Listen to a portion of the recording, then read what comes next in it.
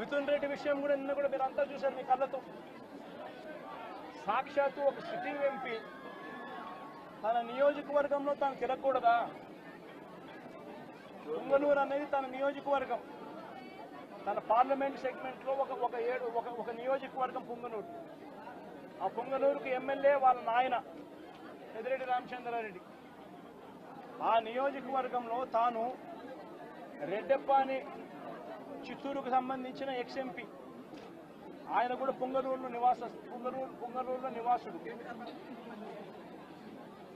ఆయన ఇంట్లో కూర్చొని ఉంటే ఏకంగా ఇంటిని దిగ్బంధం చేసి, ఇంటి మీద రాళ్లు వేసి, కారును ధ్వంసం చేసి, రెడ్డెప్ప కారును కాల్చేసి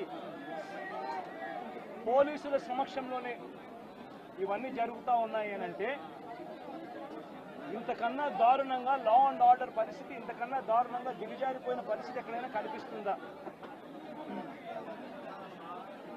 దొంగ కేసులు పెడతా ఉన్నారు, పోలీసులను ప్రేక్షక పాత్రగా పోషించే కార్యక్రమం చేయిస్తా ఉన్నారు. చివరికి ఏ స్థాయిలోకి లా అండ్ ఆర్డర్ వెళ్ళిపోతా ఉంది అంటే, లా అండ్ ఆర్డర్ గురించి పట్టించుకునే పరిస్థితిలో పోలీసులు ఎవ్వరూ లేరు. లా అండ్ ఆర్డర్ ఏ స్థాయిలో వెళ్ళిపోతా ఉందనంటే, చివరికి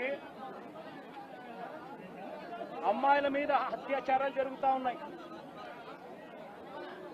పోలీసులు ఎవరూ పట్టించుకోవడం లేదు. అగత్యాలు జరుగుతూ ఉన్నా కూడా ఎవరు పోలీసులు పట్టించుకోవడం లేదు. పట్టించుకోవాల్సిన అవసరం ఏముంది?